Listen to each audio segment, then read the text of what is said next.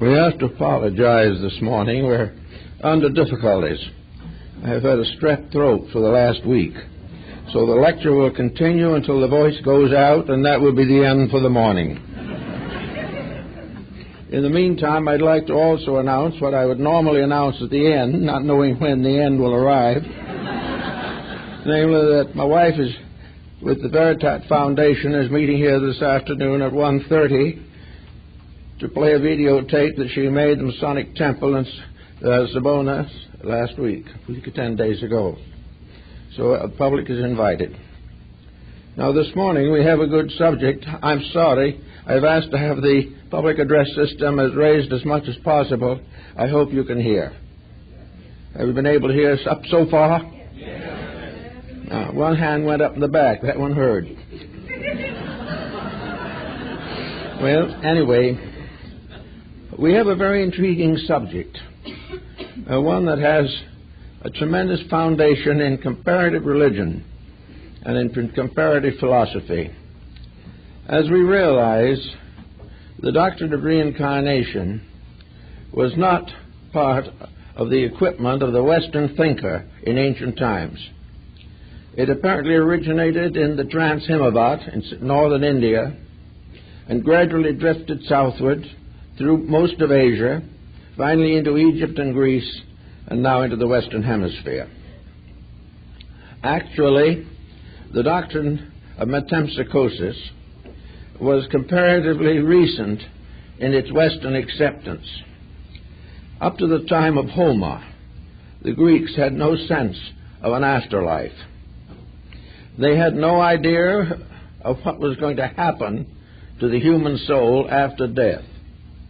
To cover this general ignorance, they had the belief or concept that after death, the ghost of the dead wandered forever in the ghostly corridors of the underworld, neither punishment nor reward, leading to the statement that is very famous in Greek literature, namely, the poorest slave alive was more fortunate than great Achilles dead. There was no reward for valor, no punishment for crime. Now at that time, probably about 1,000 or more BC, there was very little opportunity for cultural growth, because we find from studying comparative religion that the development of man's concept of immortality is essential to the progress of civilization. Where it does not exist, there is a frustration which extends into the life of the individual, even though it may be concerned primarily with the after-death experience. If there is nothing after death, there is really no reason for life. This puts the materialist at a great disadvantage. Materialism is never a solution to anything. Reminded of two scientists standing beside the casket of one of their illustrious brothers who was lying waiting for the final interment. One says to the other, well, he's all dressed up, but he has no place to go.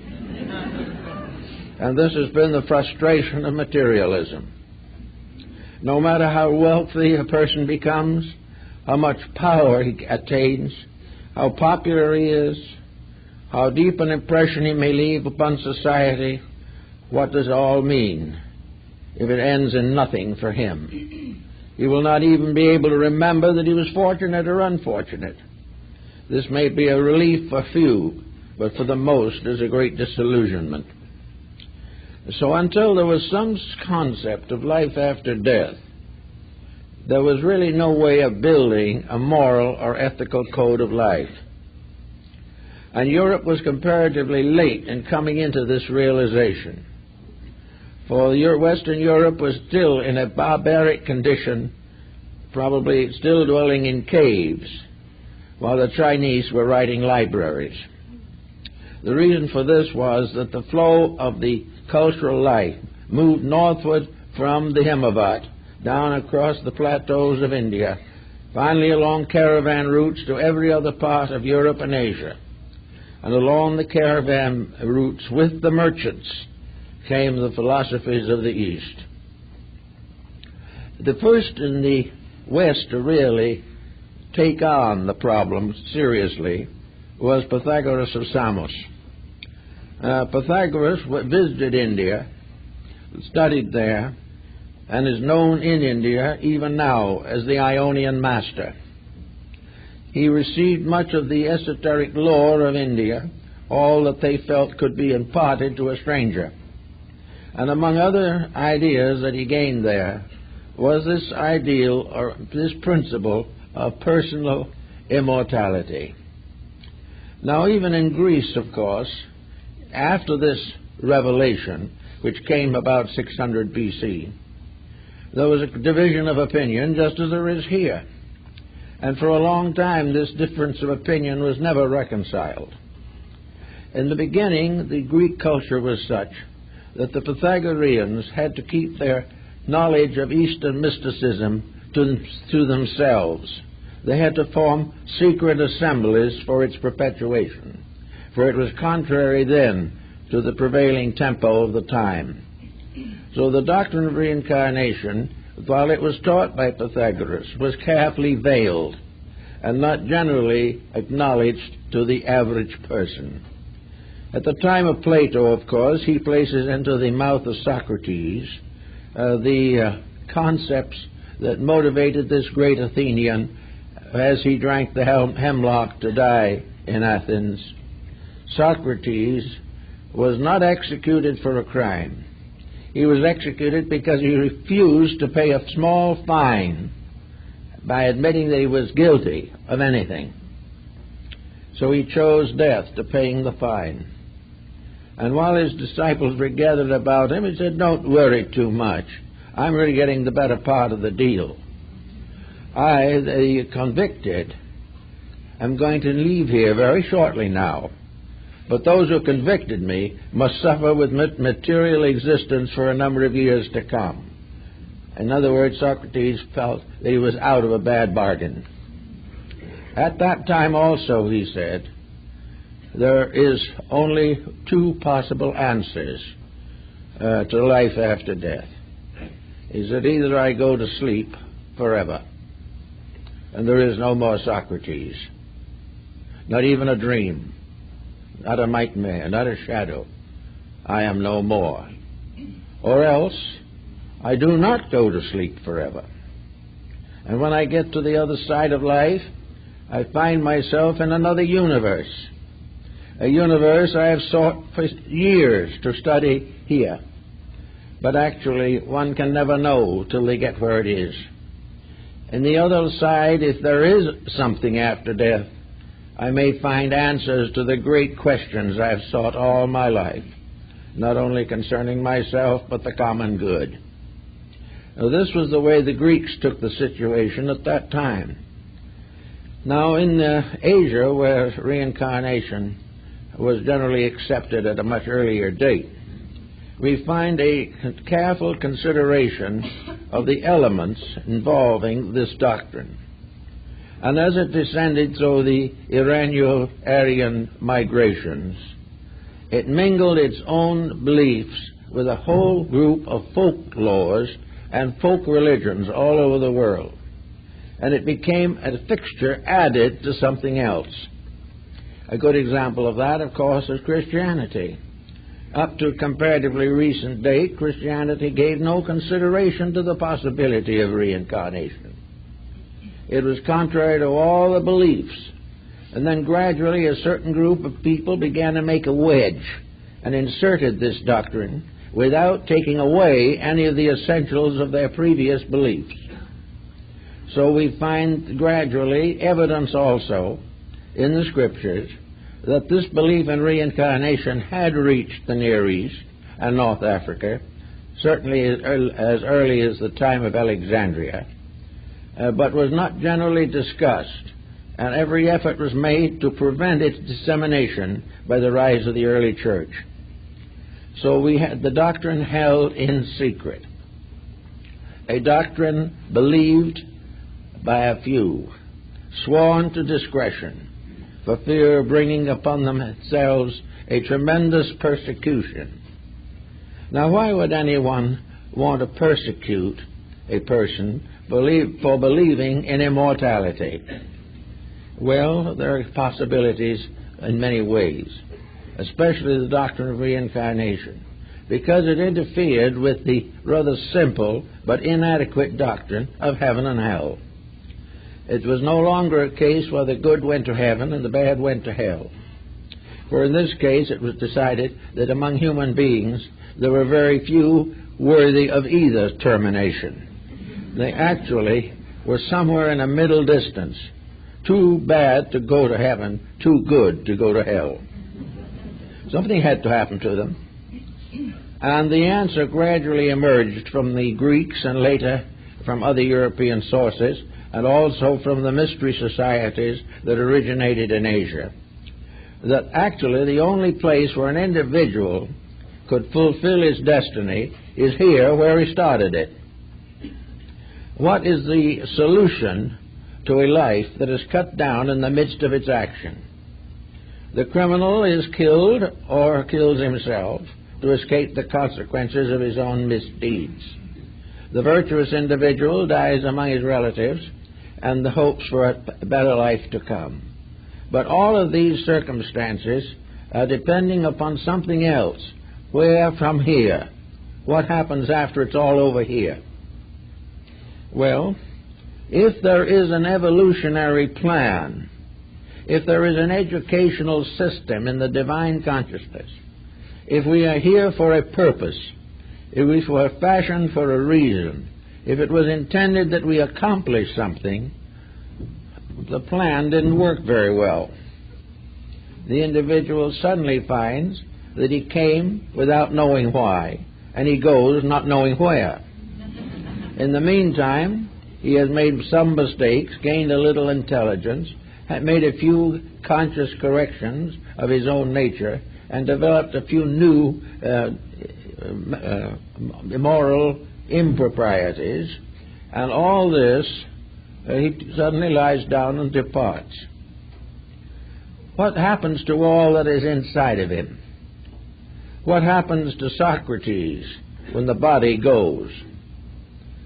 Is he likely to choose to drift off somewhere among the ghosts or even among the spirits? Why is anyone going to go who is unfinished? And is there anyone finished? This was one of the problems that affected a great many philosophic thinkers. There seems to be no answer to the reason why the individual, in his 80 years and 10, maybe advanced as much as 50 years now, but he comes imperfect and he departs imperfect. If there is any perfection, it's not here yet for the average human being. And if one with extraordinary virtues comes along, we punish them severely. So the problem answers, if the business is unfinished and it started here, why else should it end? The answer would seem to be here. Wherever problems are caused, they should be solved. Whatever we are here to learn, if we do learn it, it should be of some use. If we become very thoughtful and careful in this life, are we going to sleep with those who never gave life a thought? If we kept careful control of our negative attitudes, what good does it do? The virtuous and the vice-ridden go down to sleep together. And the approved reward is inadequate. You certainly cannot expect an individual to be rewarded merely because he joins a church. There has to be some consequent of incident within himself. He has to earn a better life. And to learn a better life, it would seem, he would have to learn it where he lives. Because we have no proof that he can learn a better life in some place that is not here. Furthermore, if he departs from here, what use is the experience he's had here? If he goes to an entirely different condition, then what does he gain? Why is it all necessary? And little by little, people began to think this through. And out of it came a rather careful consideration of the concept of re-embodiment, of an embodiment of consequences. that karma, operating as the law of compensation, is keeping charge of the individual. We are all in school. And if in school we flunk a course, we have to come back and do it again. And we will generally keep on flunking it until we pass. And this seems to be the way life is built here. We cannot condemn an individual for a single failure. We cannot convict the ignorant for not knowing what the wise know. We cannot convict individuals born in various circumstances beyond our understanding for mistakes that we might not make, but they naturally will make.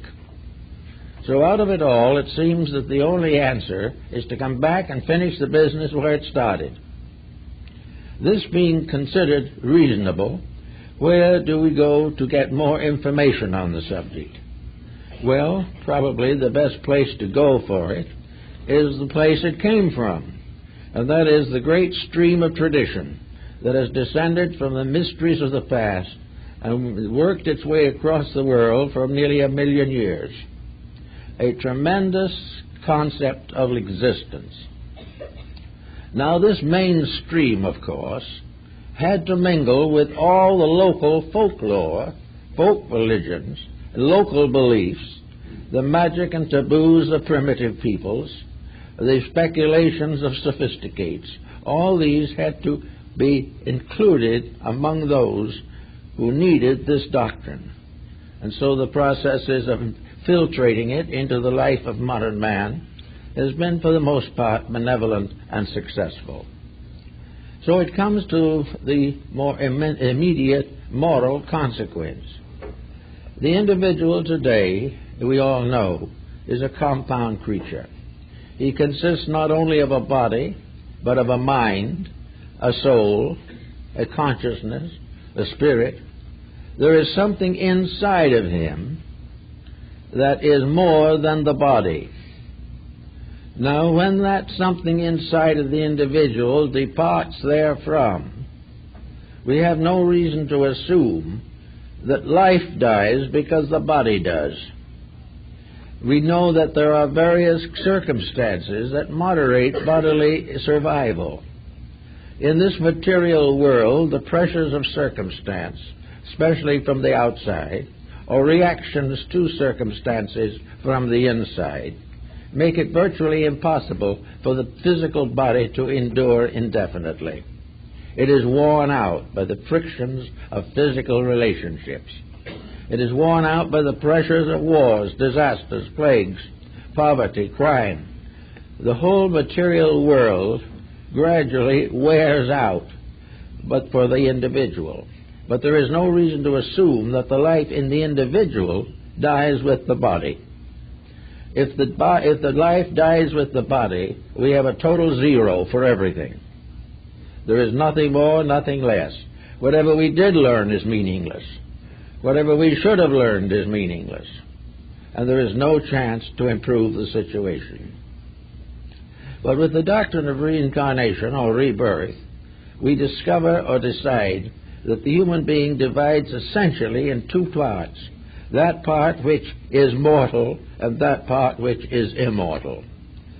The immortal part is vested in a mortal fabric, but this vesting can be separated. It is quite possible for the immortal part to survive the disintegration of mortality. Of course, there is a little comfort in some of the things that we find in records of history. We know there are cases in which apparently a person has totally died, and after several days or several weeks has come back to life. And nearly always the story is the same. What happened to them was completely different from anything in their material existence. But that part of the story is very much the like everywhere. Of course, you can bring against this the argument that as long as there was capacity to come back, death was not total. This problem has, of course, interested and influenced a great many thinkers in this particular field of research. But for all intent and practical purposes, we choose to believe that the divine part in us, which was derived from God, is not mortal and therefore cannot die. If there is an immortal part, it must either survive or it must return to the God from which it came.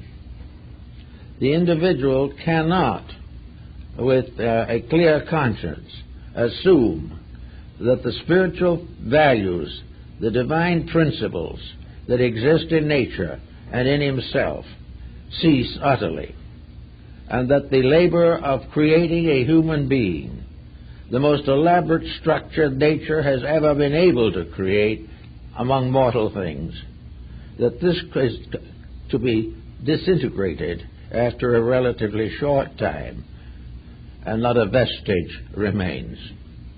It seems therefore wiser to assume, as it has been assumed in Asia and in Egypt and in many parts of Europe, that there are two bodies also. And in this we come very close to the philosophy of Emerson and Thoreau. Emerson was quite aware of the fact that there has to be two kinds of bodies. One is a body of mortality. That is the body that goes with death. It includes the physical nervous system, the vital body, certain parts of the emotional nature, and the lower mind. When this is stripped off, however, the reality is not affected in any way. With the death of the body, the reality in man never dies. That which survives, then, retires into a subjective state. Now, the condition of this subjective state and its locale these have been considered in many ways by different people. The tendency, however, today is to believe that survival is by the individual retiring into the eternal part of himself, from which he cannot die. Therefore, instead of thinking of him primarily as going someplace outside, thinking of having another stellar summerland where he can drift around while he is out of the body, the wisest of thinkers in these directions assume that he retires into himself. And as he retires into himself and leaves the body behind, he finds that he is retiring into something infinitely greater than the body that he left behind. That here within himself are all the principles, all the causes, all the elements that explain his mortality. Here are the sources of every impulse, every attitude. Here also is a great building plan, a spiritual architecture, by means of which the divine Creator molds the inner life of the individual by a series of sequent embodiments. So if we wish to assume for the moment that we are not going to cause an overflowing of the conditions in the afterlife, we're not going to suddenly find ourselves in a condition that is going to be worse than 47th Street and 5th Avenue in New York. We are not going to be part of an ever-increasing mass of the dead. We are not going to go on forever, increasing the numbers on the other side. Because the other side, as we begin to investigate more deeply, is the inner side. The side that, strangely enough, unfolds into a universe almost as great as space itself. The inner life of the individual is infinitely greater, infinitely more important than the physical life. But in this inner life, there are experience problems. The inner life is growing through the outer.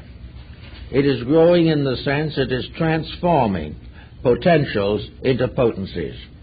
It is transforming the ideas of reality into the exact acts of reality. Therefore, Lord Bacon summarized this process as one of the four great keys. In other words, experience. Experience is the proof of all things. Experience in science is called experiment, and in man's inner life it is called growth. So man, in his search for realities, retiring into his own nature, discovers to his amazement that he is the captain of his own soul. He has the power to make the decisions that are important. He has debts to pay that he must pay. He has new plans to make that he will make. He is searching for greater understanding of the realities of things, an understanding that for a time at least he must gain through contact with material existence. So to the ancient people, re-embodiment was a continuation of a process of schooling. It was the individual gradually coming to master the manifestations of his own nature. He was here to grow, and growth is simply the release of the inside. Growth is not the result of eating more. Growth is the result of becoming more through the development of inner life. And spiritual integrities and many symbols represent the wonderful elixir of life, the universal medicine, by which finally all the restrictions, limitations, and imperfections of human nature are reconciled. So if we are the master of our own soul, and if we are not, who is responsible for us? Are we to assume that God is responsible for our mistakes? Are we to assume that we were born imperfect by a divine edict?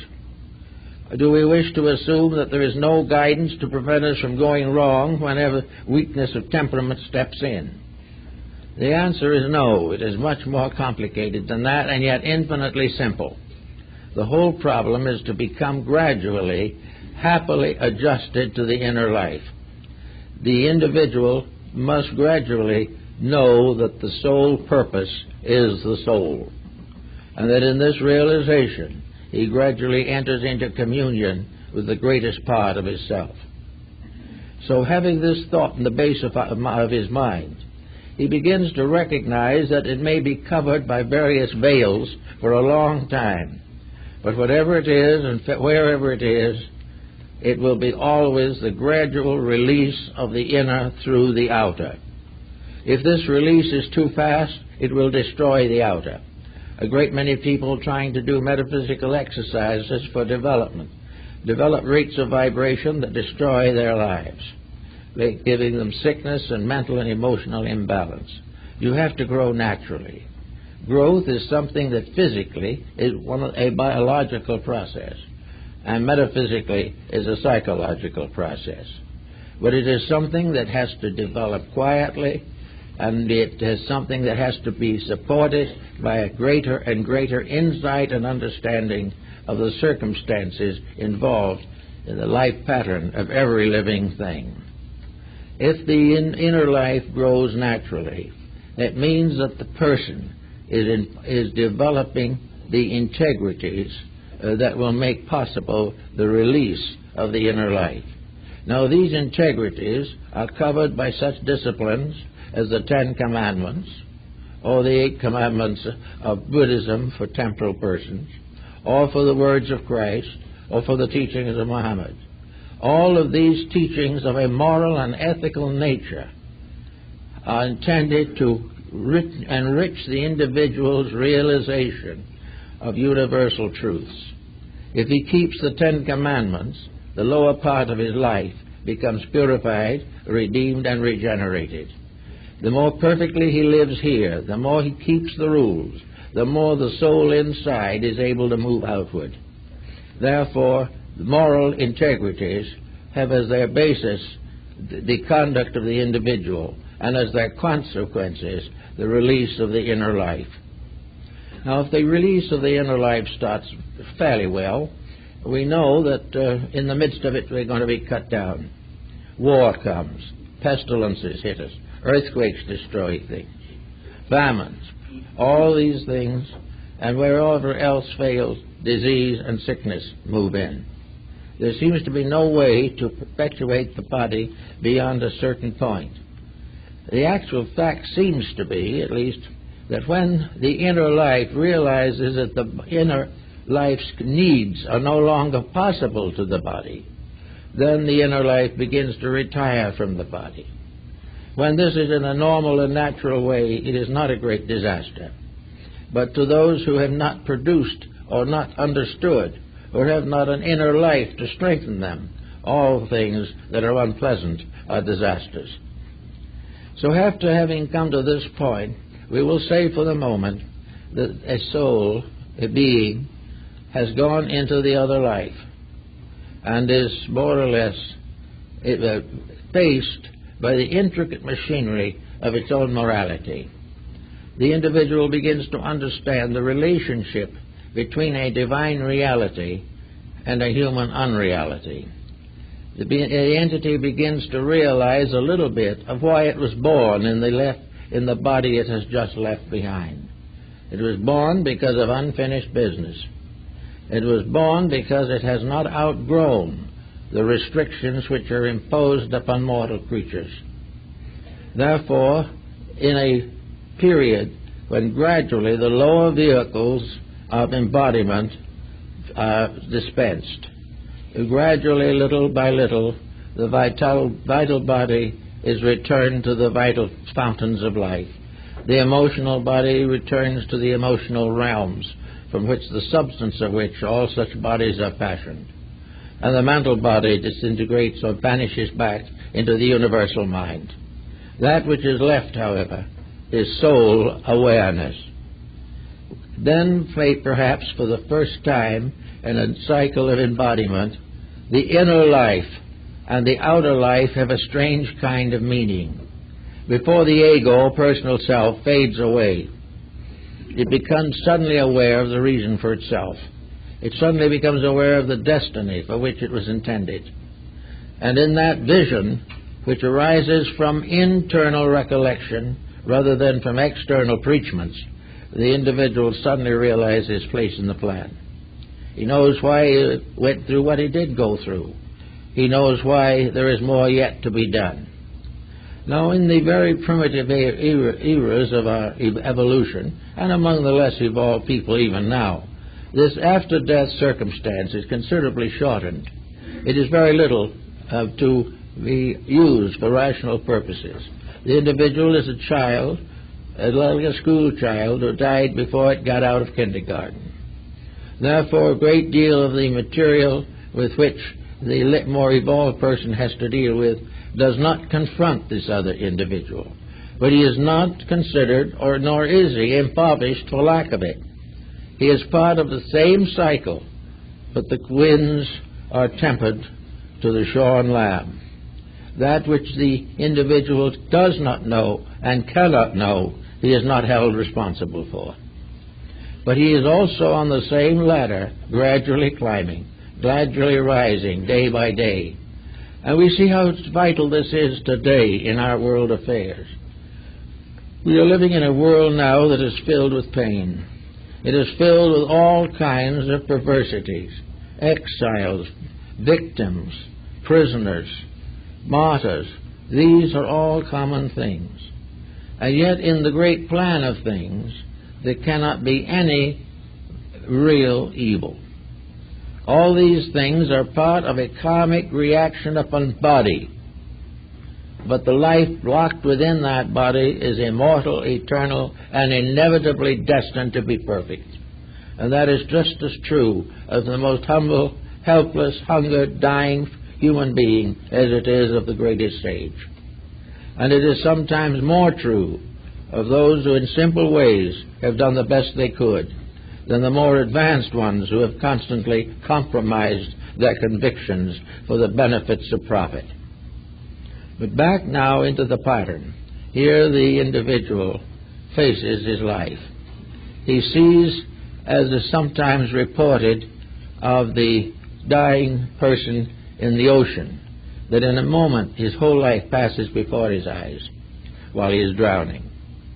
The Pythagoreans had the same concept in their meditational disciplines. It was their labor every day to try to understand the meaning of what happened, why they were to blame for problems, how they could solve those problems, what they should have done instead of what they did do. And this type of discipline is much more valuable to the unfolding soul than some platitudes on a religious level. But in any event, the entity, now in its pure condition, living only as it is its achievements, and everything that are part of it. It looks down, perhaps, in some mysterious way, not in physical dimension, but in a certain psychological sense, and it sees where it came from. And it looks over itself as it might look over a stranger. And it looks over the self and it says, well, I didn't do too well. I could have done better. Maybe I could have done worse. But looking back in a perspective, as the Pythagorean points out, the individual could see and can see what the consequences would have been had he made different decisions. If he had made decisions that did not violate law, he would have no karma to problem him.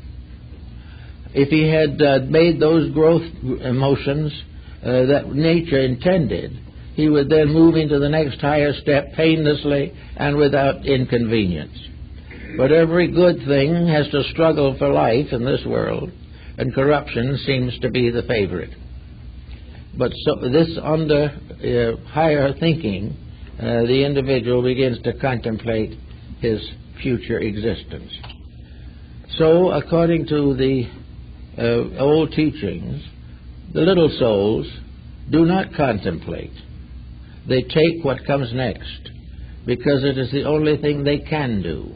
But there is nothing that happens to them next that is dangerous to their ultimate growth. It is that they have not yet awakened to the degree where they may make certain decisions for themselves. But as life evolves, as people grow, as the intensities of effort get greater, we find many divisions and levels of human beings. We find many who try very hard to do what is right. Some make mistakes. We also find many people who start out in life with noble purposes, but some old karma catches up with them and gives them a world of trouble. All around we see this process of growing, which is, of course, a divine institution, for we are all in the school of the Holy Spirit.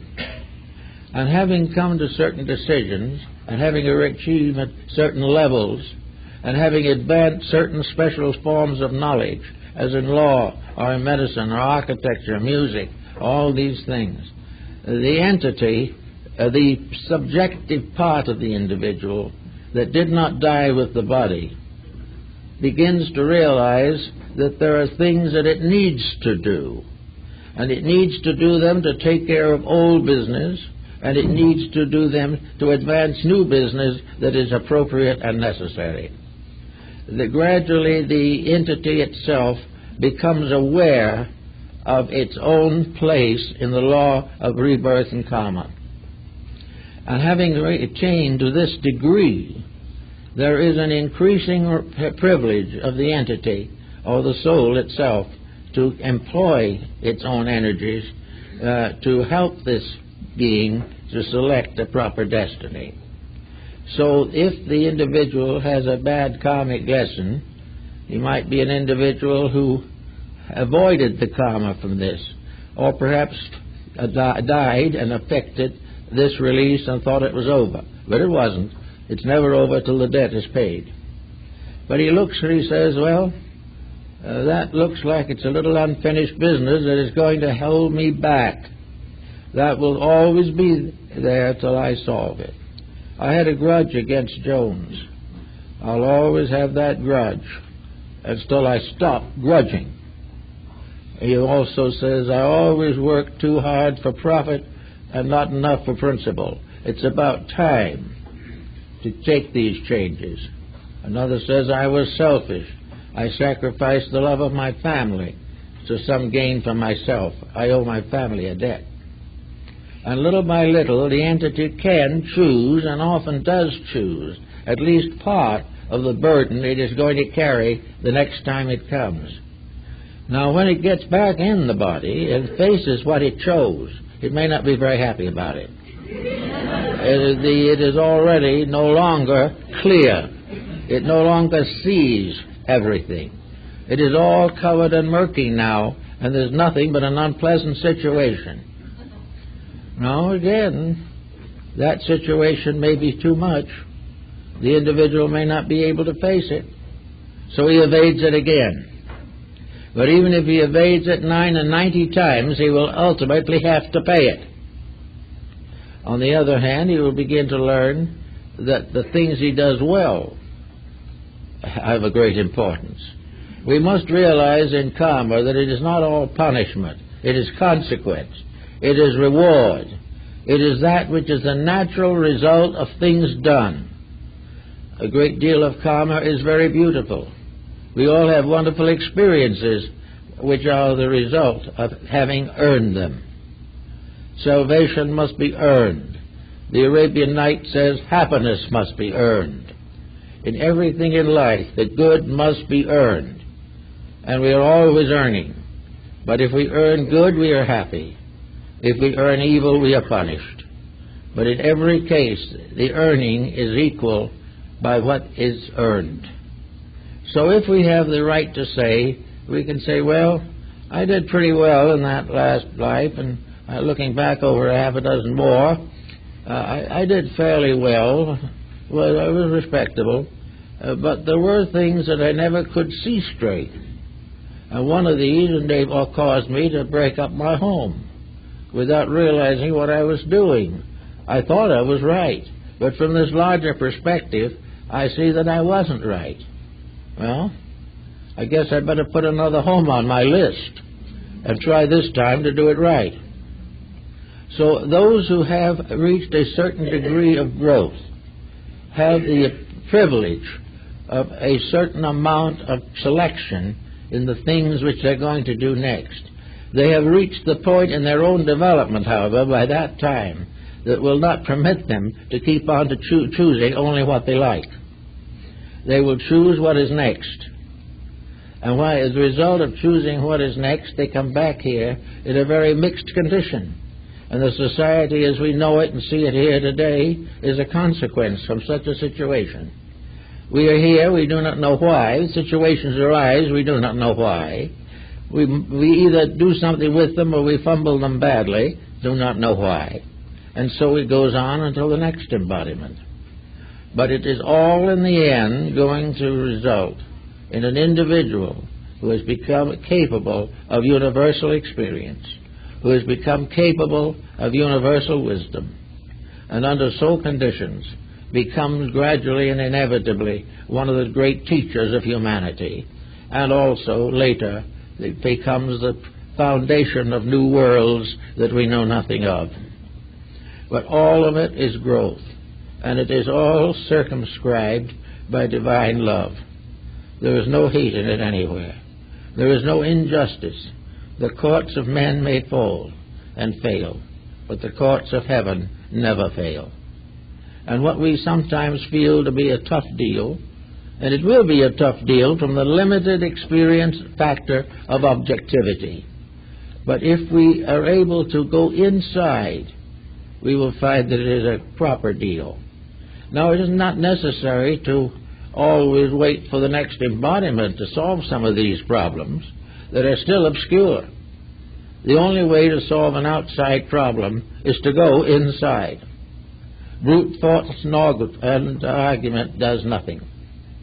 We have to go inside and in quietude call upon the best resources that we have to solve even the commonplace incidents of life. Between incarnations, it's the same thing. We are forever laboring to fulfill the destiny, be ye perfect, even as your Father in heaven is perfect.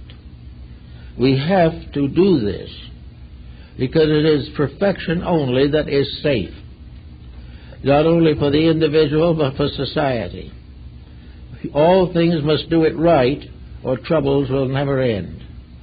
Ulterior motives are the most dangerous things in the world, and there's nothing that can bring an individual back with a lot of unpaid bills than a series of ulterior motives while he is alive. Nearly all moral religions have to do with a code, the Ten Commandments and things like that. They try to teach people to be good enough to get along in a civilized relationship. They warn against all type of ordinary, ordinal sin. They help us to build a foundation for the improvement of life. And the doctrine of reincarnation does not interfere with any of these commandments, because it requires them for the fulfillment of itself. It is only when the individual makes some type of dedication that he begins to grow. If he does not live a little better each life, there is a stagnation in nature. Actually, however, he can't be stagnate very long, because in those intervals between embodiments, the message comes through loud and clear. He has to face it. And out of having facing it, he becomes a step further along the path of his own immortality. Now, some also have asked how long